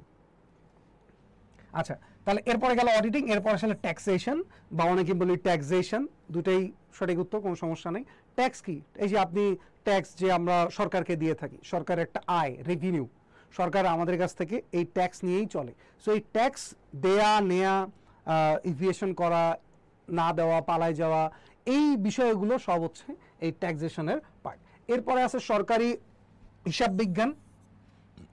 সরকারও তার ব্যবসা প্রতিষ্ঠান যেগুলো না, ব্যবসা বলতে তার সেবামূলক যে প্রতিষ্ঠানগুলো আছে এগুলো তো হিসাব নিকাশ হয়, সো তাদেরও হচ্ছে কি অ্যাকাউন্টিংয়ের দরকার আছে। সো এটা হচ্ছে গভর্নমেন্টাল অ্যাকাউন্টিং। এরপর আছে বাজেট, হিসাব বিজ্ঞান, বাজেটিং। এরপর আছে প্রজেক্ট অ্যাকাউন্টিং, আমরা যখন কোনো প্রজেক্ট করি সেই প্রজেক্টের জন্য একটা নির্দিষ্ট অ্যাকাউন্টিং আছে, কারণ তার হিসাব নিকাশগুলো, অর্থাৎ দ্য থিং ইজ দেখেন এখানে যতগুলো অ্যাকাউন্টিং আছে কোনো না কোনো ঘটনার সাথে যখনই প্রতিষ্ঠান জড়িত হয়, ওই ধরনের প্রতিষ্ঠান আসে, তখন তার জন্য একটু আলাদা আলাদা অ্যাকাউন্টিং, আলাদা আলাদা একটু ভাবে। কারণ এই যে আমি একটু সহজে যদি বুঝাই যে অব্যবসায়ী বা ব্যবসায়ের কখনো রেভিনিউ নাই, তারা কখনো রেভিনিউ জেনারেট করতে পারবে না, তারা কখনো কোনো কিছু বিক্রি করতে পারবে না, কারণ তারা সেবা দেবে, সেবা দিয়ে তারা অন্য কারো কাছ থেকে দান পাবে, অনুদান পাবে, তারা হচ্ছে এইটা দিয়ে চলবে, তারা রেভিনিউ দিয়ে চলবে না। কিন্তু দেখেন আর্থিক যে প্রতিষ্ঠানগুলো তাদেরকে কেউ দান করবে? উল্টা তারা দান করবে। যে আর্থিক প্রতিষ্ঠানগুলো বড় বড় প্রতিষ্ঠান দেখবেন, কোক, এই যে মোজো, ফিলিস্তিনিদের জন্য দান নিয়ে গেছে, তারা দান করবে। তো যাই হোক, এইটা ছিল আমাদের মোটামুটি ব্রাঞ্চেস অফ অ্যাকাউন্টিংয়ের একটা আইডিয়া, যে কোন অ্যাকাউন্টিংটা কিসের জন্য কাজে লাগে। আপনারা যদি আমার কথাগুলো যদি খুব দ্রুত বলছি অথবা অনেক ফাস্ট বলছি, অনেকে বুঝেন নাই, যদি না বুঝে থাকেন ক্লাসটা আপনার কাছে রেকর্ডেড আছে, এটা আপনি আবার দেখবেন, তখন বুঝতে পারবেন যে কোন অ্যাকাউন্টিং কোনটা। নেক্সট পেজে চলে যাই। তো এতক্ষণ আমরা যেটা বলছিলাম যে হিসাব বিজ্ঞান তথ্য সরবরাহ করাটা হিসাব বিজ্ঞানের প্রধান উদ্দেশ্য। এখন কথা হচ্ছে কার নিকটে এই তথ্যটা দিবে, কারা এই তথ্যটা ব্যবহার করবে। ঠিক আছে, এইখানে হিসাব বিজ্ঞান তথ্যের ব্যবহারকারীকে আমরা দুই ভাগে ভাগ করছি, একটা হচ্ছে অভ্যন্তরীণ ব্যবহারকারী, একটা হচ্ছে বহিস্থ ব্যবহারকারী, দুই ভাগে ভাগ করছি। তার কারণ আছে, কারণ দেখেন আপনার বন্ধুরাও চায় আপনি ভালো করেন, আপনার বাবা মাও চায় আপনি ভালো করেন, আপনার দূর সম্পর্কের আত্মীয়রাও চায় আপনি ভালো করেন, সবাই চায় আপনি ভালো করেন। তো এই যে সবাই আপনার ভালো চাচ্ছে, এখন সবাইকে কি আপনি বিশ্বাস করেন? সবাইকে কি সব ইনফরমেশন দেওয়া যায়? আপনার বাপ মা আপনার সম্পর্কে যা জানে, আপনার বন্ধু বান্ধব যা আপনার জানে, যারা একটু শত্রু বা যারা একটু দূরের তারা কি সব জানে? জানে না। বাট আপনার নাম, আপনি কোথায় পড়েন, আপনার এলাকা কোনটা, মোটামুটি এই জিনিসগুলো সবাই জানে। ঠিক আছে, সো দেখেন কিছু ইনফরমেশন আছে প্রাইভেট, কিছু ইনফরমেশন আছে পাবলিক। সো একটা প্রতিষ্ঠানেরও এরকম অনেক ইনফরমেশন থাকে যেটা একটু প্রাইভেট, একটু না অনেক প্রাইভেট, খুব ইম্পর্টেন্ট। এইটা যদি থার্ড পার্টি বা যদি একটু অন্য কেউ জানতে পারে তাহলে এই প্রতিষ্ঠানটার জন্য অনেক ক্ষতি হয়ে যাবে, যেটাকে আমরা বলি ইনসাইডার ট্রেডিং। যখন কোম্পানির কোনো একটা ইনফরমেশন নিয়ে যখন ওই ইনফরমেশনের উপর বেস করে শেয়ার মার্কেটে অনেক বড় ধরনের একটা কেলেঙ্কারি হয়, এটাকে বলা হয় ইনসাইডার ট্রেডিং, যেটা একদম খুবই ইললিগাল একটা বিষয়। সো এই জন্য অ্যাকাউন্টিং বলছে যে তুমি তোমার সব ইনফরমেশন সবাইকে দিবা না। আমি কিন্তু একটু আগে ডেফিনেশনে কি পড়ছি যে অ্যাকাউন্টিংয়ের ইনফরমেশনটা আগ্রহী বা সংশ্লিষ্ট ব্যক্তিদেরকে কাছে দেওয়াটাই হিসাব বিজ্ঞানের প্রধান উদ্দেশ্য। কিন্তু এই জায়গায় একটা ক্লজ দিয়ে দিছে যে না, সবাইকে সব কিছু দেওয়া যাবে না, তাহলে কি আমাকে না ভাগ করতে হবে যে আমি কাকে কতটুকু দেব। এই জন্য আমরা এই হিসাব বিজ্ঞান তথ্যের ব্যবহারকারীকে দুই ভাগে ভাগ করছি, একজন হচ্ছে অভ্যন্তরীণ ব্যবহারকারী, একজন হচ্ছে বাহ্যিক ব্যবহারকারী। অর্থাৎ এই যে তথ্যটা আছে, এই তথ্যটা দুই ধরনের ব্যক্তি ব্যবহার করবে। একজন হচ্ছে আমার ভিতরের লোক, একজন হচ্ছে আমার বাইরের লোক। ভিতরের লোক সব কিছু জানবে, কোনো সমস্যা নেই, একদম ইচ অ্যান্ড এভরি যত কনফিডেন্সিয়াল ব্যাপার আছে সে সব জানবে। কিন্তু বাইরের লোক শুধুমাত্র তার জন্য যতটুকু দরকার, ওই যে বললাম যে তোমার নাম যেটা, তুমি যেখানে থাকো, এই যে আমি যদি এখন তোমার জিজ্ঞেস করি এখানে যে তোমার নাম তো অলরেডি তোমার আইডিতে দেয়াই আছে, এই যেমন এমডি আমিন বা হচ্ছে রায়হান হোসেন, সালাম দিয়েছে ওয়ালাইকুম আসসালাম। তো এই যে তারপরে যে একজন আবার চাঁদের আলো, কত সুন্দর আইডির নাম রে, বাপরে বাপ। সো এই যে নাম দেওয়া আছে, এখন আমি যদি জিজ্ঞেস করি যে আপনারা কে কোথায় থেকে বলছেন, আপনারা কিন্তু এখন বলবেন যে হ্যাঁ আমি এখান থেকে বলছি, এখান থেকে বলছি। বাট আমি যদি একটু প্রাইভেট কোনো কোশ্চেন করি অ্যান্সার দিবেন? অ্যান্সারই দিবেন না, একদম হারাই যাবেন। সো কোম্পানির এই কাজ করে। কোম্পানি কি করে, তার প্রাইভেট কিছু ইনফরমেশন, সেটা অ্যাকাউন্টিং রিলেটেড ইনফরমেশন অভ্যন্তরীণকারীকে, ব্যবহারকারীকে দেয়, আর পাবলিক যে ইনফরমেশনগুলো সেটা হচ্ছে কি বহিঃস্থ ব্যবহারকারী দেয়। এখন কত হচ্ছে অভ্যন্তরীণ কারা, বাহ্যিক কারা। আমি যখন ক্লাসে এটা জিজ্ঞেস করি, অফলাইন ক্লাসে যখন জিজ্ঞেস করি যে অভ্যন্তরীণ কারা আর বাহ্যিক কারা, খুব কমন একটা অ্যান্সার পাই। সেটা কি, যে ভাইয়া যারা কোম্পানির ভিতরে থাকে ওরা হচ্ছে অভ্যন্তরীণ ব্যবহারকারী, আর যারা কোম্পানির বাইরে থাকে ওরা বাহ্যিক ব্যবহারকারী। এটা হচ্ছে নিজের মতো করে একটা ডেফিনেশন বাড়ায় নাই। বাট দিজ আর মানে কি বলবো, অনেক রং একটা কনসেপ্ট, যে ভিতরে থাকলে অভ্যন্তরীণ আর বাইরে গেলে বাহ্যিক, এটা কেমন কথা না। অ্যাকাউন্টিং আসলে কিভাবে চিন্তা করে, অ্যাকাউন্টিং চিন্তা করে তুমি যদি বা আপনি যদি সিদ্ধান্ত নেওয়ার ক্ষমতা থাকে, এই ক্ষেত্রে আপনাকে বলা হচ্ছে অভ্যন্তরীণ ব্যবহারকারী। আর যদি আপনি সিদ্ধান্ত না নিতে পারেন, ওই প্রতিষ্ঠানটার কোনো সিদ্ধান্ত না নিতে পারেন, সেক্ষেত্রে আপনাকে বহিঃস্থ ব্যবহারকারী হিসেবে চিহ্নিত করা হবে। বাট আমার কাছে মনে হয় যে এই ডেফিনেশনটাকে আরেকটু শক্তপোক্ত করার জন্য এই শুধু সিদ্ধান্ত নিতে পারে এইটার সাথে আমরা আরেকটা কথা বলতে পারি, যে উনি কোম্পানির কাজ করে কিনা, উনি কোম্পানির থেকে স্যালারি পায় কিনা। ঠিক আছে, এই কথাটা যদি আমরা বলি যে সে সিদ্ধান্তও দিতে পারে এবং সে কোম্পানির সাথে ডিরেক্টলি রিলেটেড, অর্থাৎ সে স্যালারি পায়, এই ধরনের ব্যক্তিকে আমরা বলবো অভ্যন্তরীণ ব্যবহারকারী। আর যিনি হয়তোবা সিদ্ধান্ত দিল কিন্তু তার সিদ্ধান্তটা আমরা মানলামও, কিন্তু সে কোম্পানির সাথে আসলে রিলেটেড না, অর্থাৎ সে স্যালারি পায় না, তাকে কোনো আমরা ওই ধরনের তাকে আমরা রিকগনাইজ করি না। হ্যাঁ, সে যদি একটা সিদ্ধান্ত দেয় তার জন্য তাকে আমরা একটা ফি দেই, একটা ফি দেই, নট স্যালারি, যে কন্টিনিউয়াসলি দিতে থাকবো তা না। সে যদি একটা কোনো একটা ওই সিদ্ধান্তের কারণে সে যদি আমাদেরকে একটা সেবা দিয়ে থাকে, একটা সার্ভিস দিয়ে থাকে, in terms of this service will going to pay some amount, যেটাকে আমরা বলি ফি। ঠিক আছে, ফি নট স্যালারি, ফি। ফি কিন্তু হচ্ছে কি একটা সার্টেন অ্যামাউন্ট, যেটা একটা স্পেসিফিক রিজনের কারণে দেওয়া হয়। আর স্যালারি হচ্ছে কন্টিনিউয়াসলি তাকে দিতেই থাকবো, দিতেই থাকবো, দিতেই থাকবো। সো এটা কেন বললাম, দেখেন এই যে বহিঃস্থ ব্যবহারকারীর ভিতরে কিন্তু অনেকে আছে সিদ্ধান্ত দেয়, যেমন ধরেন গভর্নমেন্টের যে ল এনফোর্সমেন্টের যে অর্গানাইজেশনগুলো আছে তারা কিন্তু ডিসিশন দেয়। যেমন ধরেন বাংলাদেশ ব্যাংক এই মুহূর্তে একটা সার্কুলার বের করে যে আপনার প্রতিষ্ঠানে আপনি এটা করবেন, করতে হবে। করোনার সময় আপনারা যারা ক্লাস করছেন আজকে ইন্টারমিডিয়েটের স্টুডেন্ট, হয়তো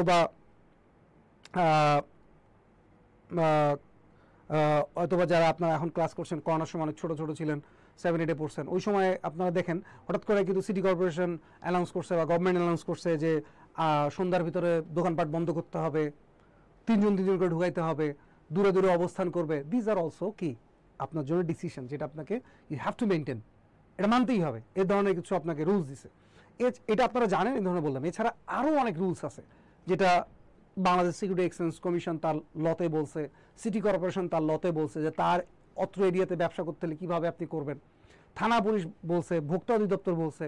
সো কি তারা কি সবসময় আপনাকে সিদ্ধান্ত দিচ্ছে এবং আপনি ওই সিদ্ধান্ত অনুযায়ী আপনি কি ব্যবসা পরিচালনা করতেছেন। কিন্তু তারা কি মানে তাদেরকে হ্যাঁ সব বলে আসবেন, আপনি সিটি কর্পোরেশন সব বলবেন আপনার বিজনেসের সিক্রেট, এটা কি বলবেন না। সো তারা আপনার অ্যাকাউন্টিংয়ের জন্য কি অ্যাকাউন্টিং ইনফরমেশনের জন্য তারা বহিঃস্থ ব্যবহার করি। এবং দেখেন তাদেরকে আপনি কিন্তু একটা ফি দেন, সিটি কর্পোরেশনকে ট্রেড লাইসেন্সের জন্য ফি দিতে হয়, তারপর ধরেন বাংলাদেশ গভর্নমেন্টকে আপনি কি ট্যাক্স দিচ্ছেন, তারপর ধরেন অডিটররা যারা থাকে ওরাও আপনাকে সিদ্ধান্ত দিচ্ছে যে আপনি এই জায়গায় ফ্রড করছেন, এই জায়গায় ঝামেলা করছেন, এটা ঠিক করেন, ওইটা ঠিক করেন। অডিটররাও কিন্তু আপনাদেরকে কি ডিসিশন দিচ্ছে এবং এই ডিসিশনের উপরে বেস করে আপনি তাকে একটা ফি দিচ্ছেন।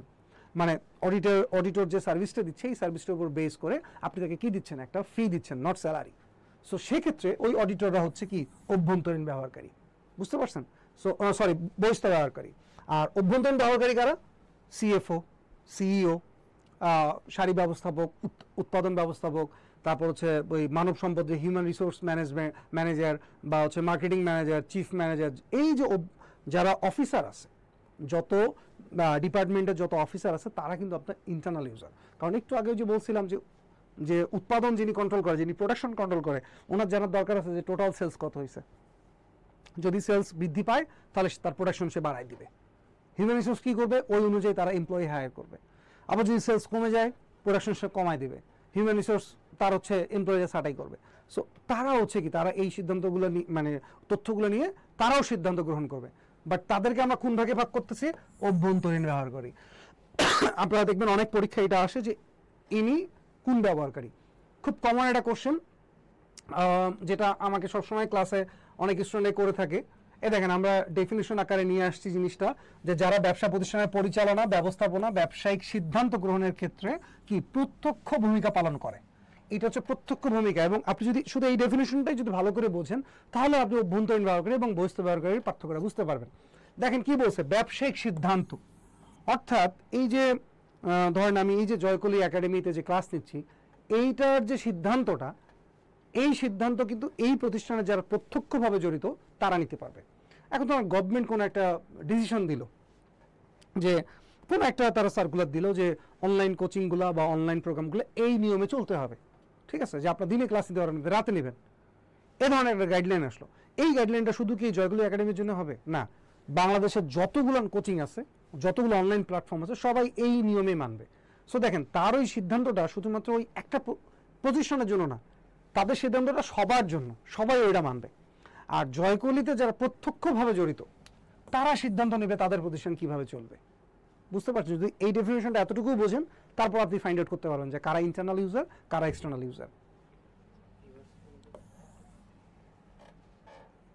আচ্ছা, এরপরে হচ্ছে কি, এরপরে তো মোটামুটি এটা বোঝা গেল। এবং আমি দেখেন এখানে কিছু আমরা ডেফিনেশন মানে এখানে কিছু এক্সাম্পল নিয়ে আসছি যে অভ্যন্তরীণ ব্যবহারকারী কারা এবং বহিঃস্থ ব্যবহারকারী কারা। তো প্রথমে আমরা কিছু অভ্যন্তরীণ ব্যবহারকারীর এক্সাম্পল দিয়ে রাখছি। যারা আপনারা ক্লাসটা করছেন তারা একটা স্ক্রিনশট নিয়ে নিতে পারেন, যে দরকার হলে পরবর্তীতে আপনি এই জিনিসগুলো দেখলেন যে মালিক যদি এক মালিকানা ব্যবসার ক্ষেত্রে হয় সেক্ষেত্রে সে অভ্যন্তরীণ ব্যবহারকারী। আর বহিঃস্থ যদি কোম্পানি বা কোম্পানির ক্ষেত্রে হয় সেক্ষেত্রে মালিক কিন্তু বহিঃস্থ ব্যবহারকারী। কারণ কোম্পানির ক্ষেত্রে মালিক কারা? যারা শেয়ার হোল্ড করে তারাই হচ্ছে কোম্পানির মালিক। সো তাদেরকে আমরা বহিঃস্থ ব্যবহারকারী বলবো, কারণ তারা সিদ্ধান্তও দেয় না, তারা কোনো স্যালারি ট্যালারি কিছু পায় না, তারা প্রফিট পায়। কিন্তু এক মালিকানার ক্ষেত্রে যদি হয় সেক্ষেত্রে সে হচ্ছে কি ওই সিদ্ধান্ত নেবে। এবং পার্টনারশিপ বিজনেস যদি হয় সেক্ষেত্রে সে অভ্যন্তরীণ ব্যবহারকারী। এরপরে ব্যবস্থাপক, উৎপাদন পরিদর্শক, সারি ব্যবস্থাপক, পরিচালনা পর্ষদ, এরা হচ্ছে সব হচ্ছে অভ্যন্তরীণ ব্যবহারকারী। এবং আরও দেখেন কয়েকটা এক্সাম্পল আছে, আপনারা চাইলে হচ্ছে এটার স্ক্রিনশট নিয়ে রাখেন।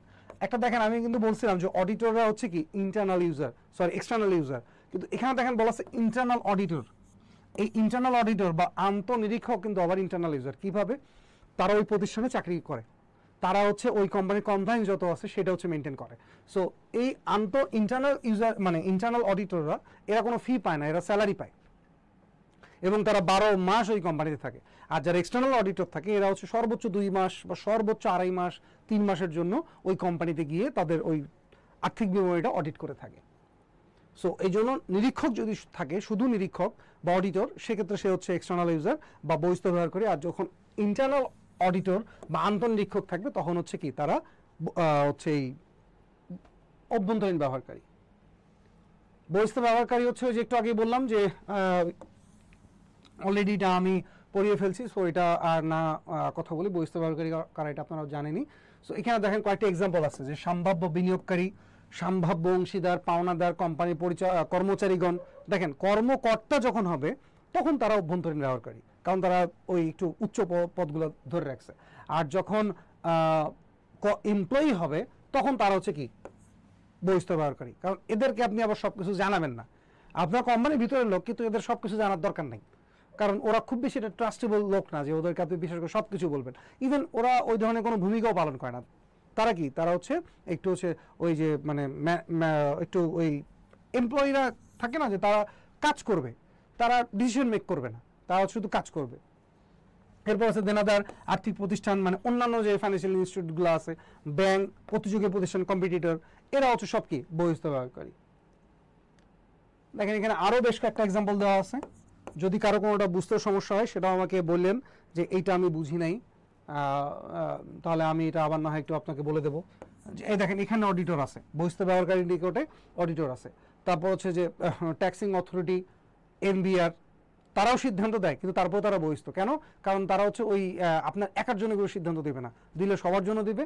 আর আপনাকে যদি কোনো স্পেসিফিক কোনো সিদ্ধান্ত দিয়ে থাকে, ধরেন কোর্ট, যে আদালত থাকে, আদালত আমাকে ব্যবসা বন্ধ করতে হলো, সেটাও একটা হতে পারে, বাট তাকে তো আপনি আদালতকে তো স্যালারি দিবেন না, তাই না? তো সেক্ষেত্রে আদালতও আপনার জন্য বহিস্থ ব্যবহারকারী। আচ্ছা, মোটামুটি এটা ব্যবসা শিক্ষা সেট। আমি এতক্ষণ থেকে মোটামুটি আপনাদেরকে যা পড়াইছি সব হচ্ছে এই যে হিসাব বিজ্ঞান এই বইটার ভিতরে আছে। আর ব্যবসা শিক্ষা, ফাইন্যান্স, পুরো এটা একটা সেট। যাই হোক, এটা একটা আপনাদের জন্য ছোট্ট একটা মার্কেটিং ছিল। এবার আবারও ব্যাক টু দ্য ক্লাস। এই যে একটা স্ক্রিনশট নিয়ে রাখতে পারেন যে আইএএস, এটা আমি ফার্স্ট ক্লাসে মনে হয় একটু আলোচনা করেছিলাম যে আইএএস মানে কি, ইন্টারন্যাশনাল অ্যাকাউন্টিং স্ট্যান্ডার্ডস। আর এইটা যদি থাকে আইএসএ, আইসা, আমরা এটাকে বলি আইসা। আইসা হচ্ছে ইন্টারন্যাশনাল স্ট্যান্ডার্ড অফ অডিটিং। আইসা একটা জিনিস আর আইএএস আর একটা জিনিস। আইএএস হচ্ছে ইন্টারন্যাশনাল অ্যাকাউন্টিং স্ট্যান্ডার্ডস, ঠিক আছে? এইটা হচ্ছে অ্যাকাউন্টিং এর স্ট্যান্ডার্ড। আর যখন থাকবে আইসা, আইএসএ, আইসা, এটা হচ্ছে অডিটিং স্ট্যান্ডার্ডটা, অডিটিং এর জন্য, ঠিক আছে? সো এইটা থেকে বেসিক্যালি আমরা ইদানিং কিছু দেখছি যে কোশ্চেন আসছে।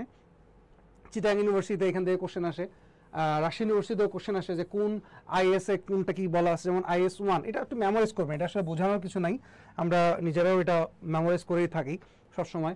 যে আইএস 1-এ কি বলা আছে, আর্থিক বিবরণী বা ফাইন্যান্সিয়াল স্টেটমেন্ট সম্পর্কে বলা আছে। আইএস 2-তে কি বলা আছে, ইনভেন্টরি মজুদ, ঠিক আছে, বা মজুদ পণ্য বা ইনভেন্টরি রিলেটেড বলা আছে। আইএস 5-এ বলা আছে হিসাব বিজ্ঞানের পূর্ণ প্রকাশ নীতি, এটা হচ্ছে আইএস 5-এ বলা আছে। 7-এ কি বলা আছে, নগদ প্রবাহ বিবরণী। তো বেসিক্যালি বাংলাদেশে আমাদের মানে বাংলাদেশে বা টোটাল ইন্টারন্যাশনালি টোটাল আইএএস আছে হচ্ছে 41টা আইএএস আছে। এর ভিতরে বাংলা মোটামুটি অ্যাক্টিভ আছে হচ্ছে 29টা। এই সংখ্যাটা মনে রাখবেন। টোটাল আইএএস আছে হচ্ছে 41টা, আর অ্যাক্টিভ মানে তো বুঝিনি, যেটা অ্যাপ্লিকেবল বা অলরেডি মার্কেটে এক্সিস্টিং। তো সেক্ষেত্রে